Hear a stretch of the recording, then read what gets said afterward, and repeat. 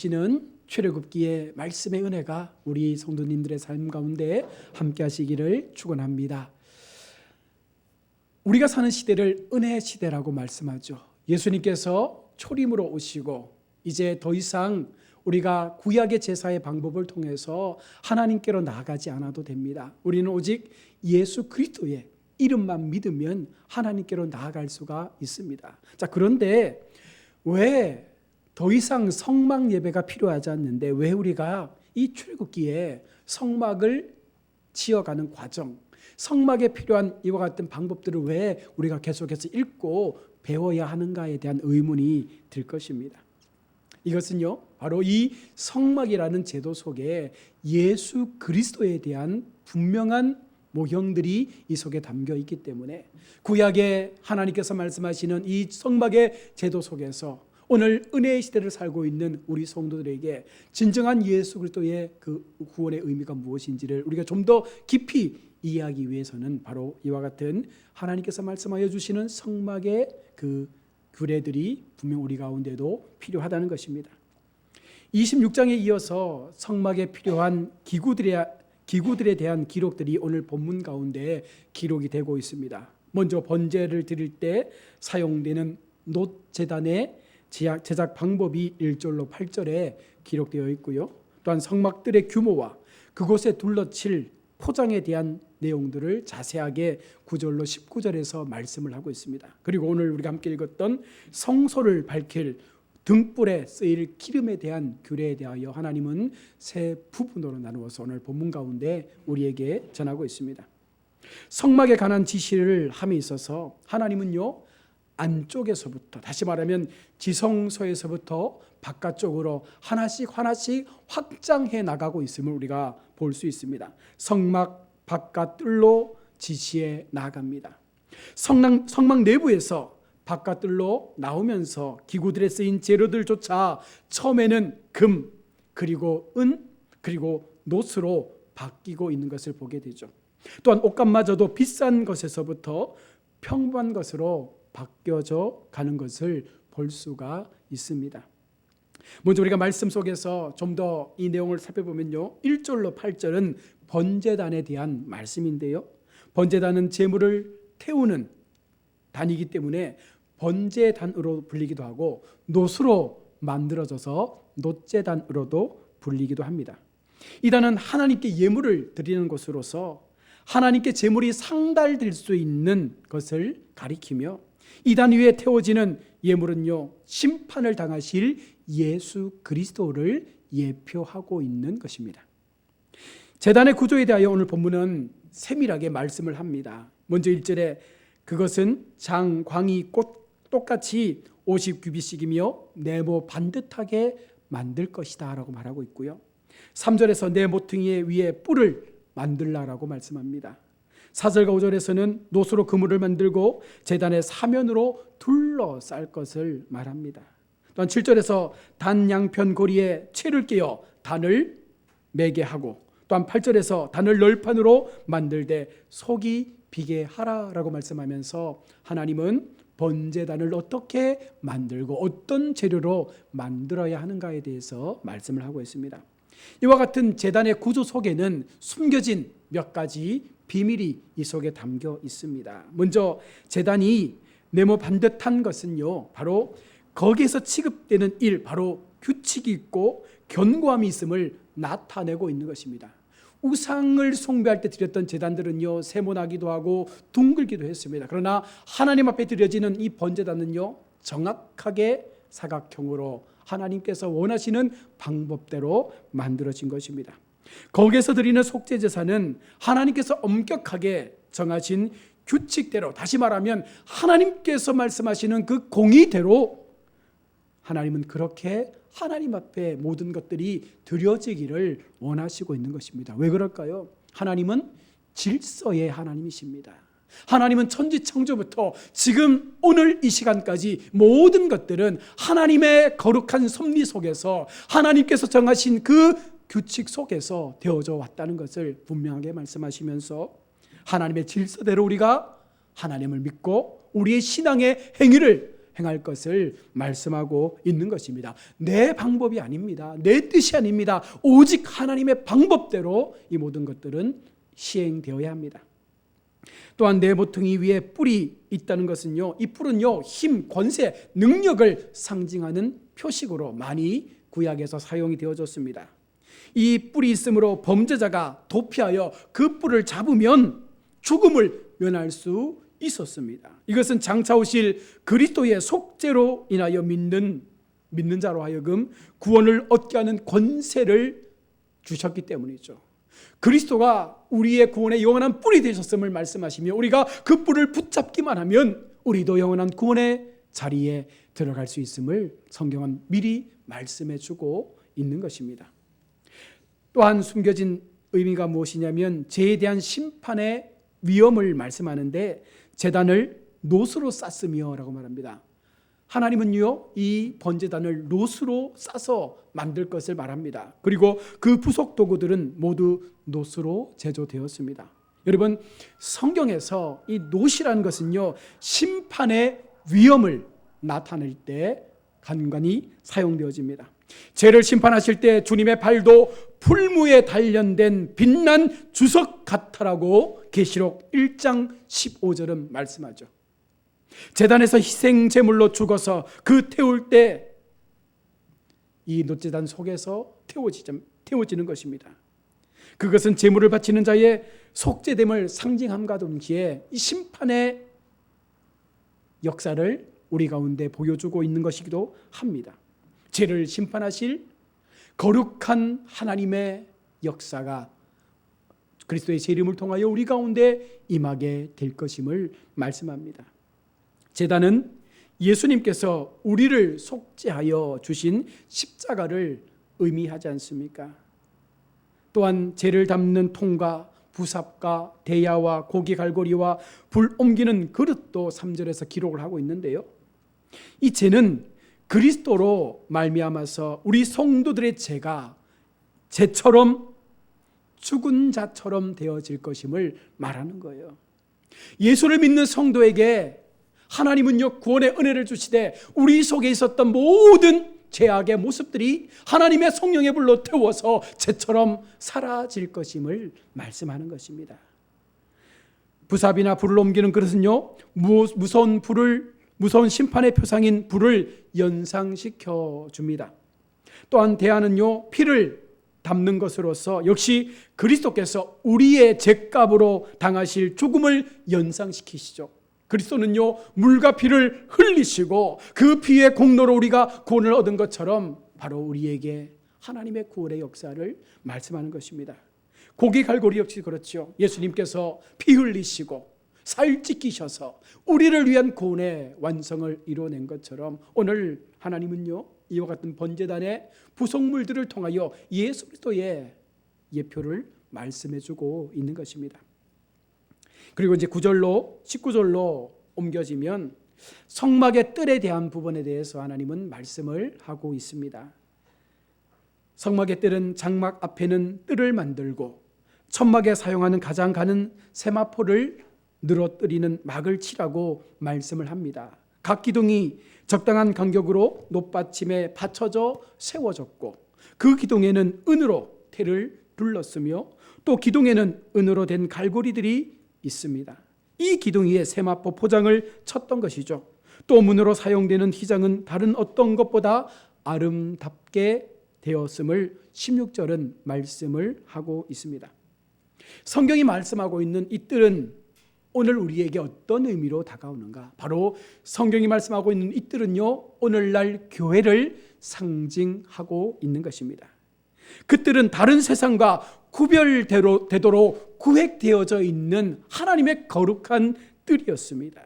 여러 기둥이 떠받치고 있는 울타리는 교회의 견실성을 의미하는 것이죠. 교회가 거룩한 말씀과 하나님의 기도의 성도들을 통하여 견고하게 세워지는 것처럼 지금 하나님의 이 뜰은요, 거룩한 하나님의 보호 속에 세워진 하나님의 임재의 장소인 것입니다.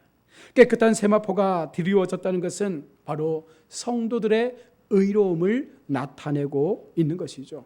성경은 말씀합니다. 우리를 그리스도의 신부라, 우리가 세마포 옷을 입고 신랑 되신 예수님께서 이 땅 가운데 다시 오실 때에 우리가 거룩한 신부로서의 삶을 살아내는 것입니다. 거룩한 교회 속에 거룩한 신부로서 모든 성도들이 하나님 앞에 온전하고도 깨끗하게 그 믿음을 지킬 수 있는 성결의 삶을 살아가는 그 표상을 오늘 말씀은 우리 가운데 들려주고 있습니다.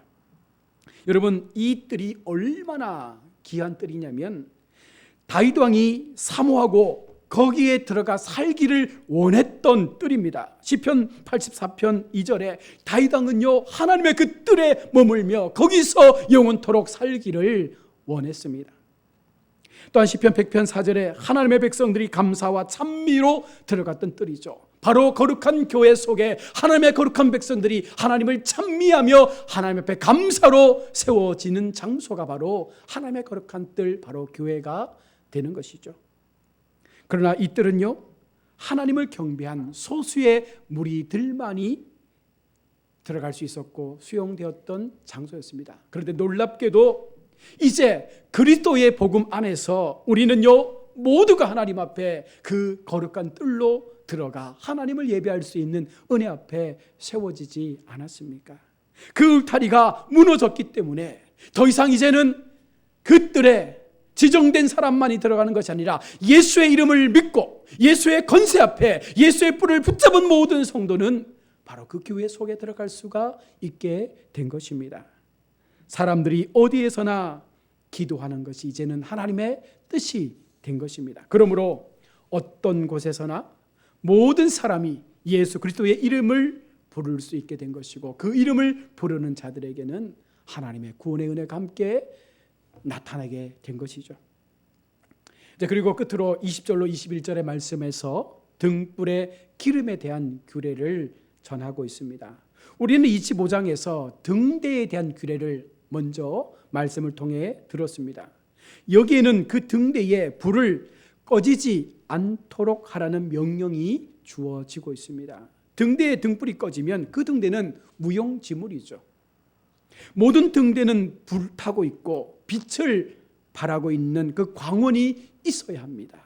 촛불 없는 촛대는 물 없는 샘이요 비 없는 구름과도 같다라고 말씀을 합니다. 그러기에 날마다 하나님께서 말씀하시는 그 등잔대 위에 등불이 빛을 발하도록 하라라고 말씀하죠. 이 말씀의 의미를 좀 더 우리가 살펴보면 하나님의 백성은 기름을 날마다 공급해야 합니다. 하나님의 사역자들은 자기들의 생계 유지에 필요한 물품을 백성들을 통하여 공급을 받았습니다. 그뿐 아니라 순결한 기름은 성령의 은사와 은혜를 의미하기도 합니다. 성령의 은사와 은혜는 좋은 감람나무이신 그리스도로부터 성도들에게 전달되어지는 것처럼 오늘 우리에게 그와 같은 풍성한 은혜가 주어진다는 사실을 우리가 기억하면서 날마다 하나님의 등불이 꺼지지 않도록 거룩한 감람나무의 기름을 하나님 앞에 올려드릴 수 있는 성도의 삶을 살아가야 하는 것이죠. 그럴 때 우리 주님은 성령의 도우심을 통하여 우리 속에 거룩한 빛이 끊어지지 않고 세상을 향하여 비춰질 수 있도록 우리를 그와 같은 도구로 삼아서 사용하시는 거예요. 교회가 등불과 같이 빛나야 합니다. 교회 속에 속한 성도들이 등불처럼 꺼지지 않는 등불처럼 세상 가운데 계속해서 비춰지는 것이 우리가 감당해야 될 사명인 것이죠. 그 등불이 꺼지지 않도록 하라. 여러분, 교회의 등불이 성도의 등불이 꺼지는 순간 더 이상 교회가 될 수가 없고 성도가 될 수가 없는 것입니다. 그래서 하나님은 제사장들을 통해서 그 등불을 간수할 책임을 주었습니다. 주야로 언제나 등불이 타도록 하는 것이 그들의 직무였죠. 오늘 왕 같은 제사장인 우리가 날마다 하나님의 등불이 세상 가운데 비춰질 수 있도록 우리의 삶을 통하여 그 빛을 발휘할 수 있는 그와 같은 삶의 자리에 나를 들여야 하는 것입니다. 이것은 등불과 같아 하나님의 지상 장막인 교회를 깨우치고 영적인 제사장들을 지도하며 하나님을 섬기는 이와 같은 우리 모든 성도들의 가업이며 사명임을 말씀하고 있는 것입니다. 여러분, 오늘 성경이 말씀하고 있는 이 제단은요, 하나님께 바치기 위한 시설이죠. 이 제단에 바치는 각종 동물들은 훗날 우리를 위하여 십자가에 죽으신 예수 그리스도를 보여준다라고 말씀했습니다. 이제 우리는 비록 구약의 성막의 제사의 삶을 살진 않지만 지금 이 신약시대 은혜시대 속에서 예수 그리스도를 통한 거룩한 은혜의 삶의 제사를 드린다면 과연 하나님께서 말씀하시는 거룩한 제단이 무엇일까? 하나님께서 말씀하시는 그 거룩한 하나님의 뜰은 무엇일까?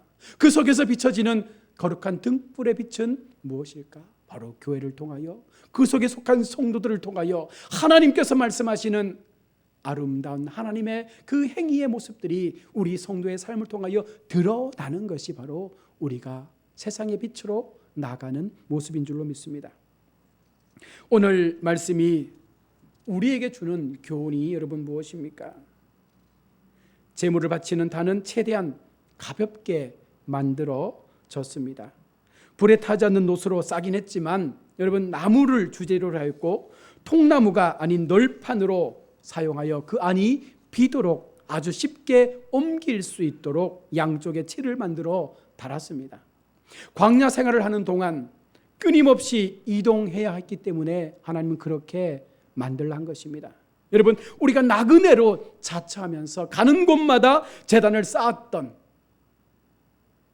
아브라함과 이삭과 야곱처럼 여러분 우리의 삶이 아무리 바쁘다 할지라도 하나님께서 우리를 향하여 제단을 쌓으라 하실 때, 하나님께서 우리를 향하여 거룩한 예배를 드리라 하실 때 우리는 언제라도 하나님 앞에 그 예배를 드릴 수 있는 준비된 자의 모습을 가져야 한다는 것입니다. 예배를 방해하는 우리의 삶에 무거운 것들이 있습니까? 그것을 버려야 한다는 것이에요. 하나님 앞에 예배하는 것들에 방해되는 우리의 무거운 짐들을 내려놓고 하나님의 말씀 앞에 언제라도 순종할 수 있는 그와 같은 가벼운 마음으로 정말 하나님 앞에 예배할 수 있는 빠른 순종의 삶으로 우리가 하나님을 예배할 수 있는 삶을 살아야 됨을 말씀하는 것입니다. 또한 거대한 휘장을 둘러 뜰을 구분하였습니다. 성막 밖과 구분되는 거룩한 영역임을 표시한다라고 말씀을 드렸습니다. 하나님의 거룩하심과 하나님의 백성이 갖추어야 될 거룩함, 다시 말하면 교회 속에 속한 하나님의 거룩한 부르심 앞에 속한 성도가 세상과 어떻게 구별되어야 하는가, 세상과 어떤 다른 삶을 살아야 하는가, 우리 속에 어떠한 거룩함이 있어야 되는가에 대하여 말씀을 하는 것입니다.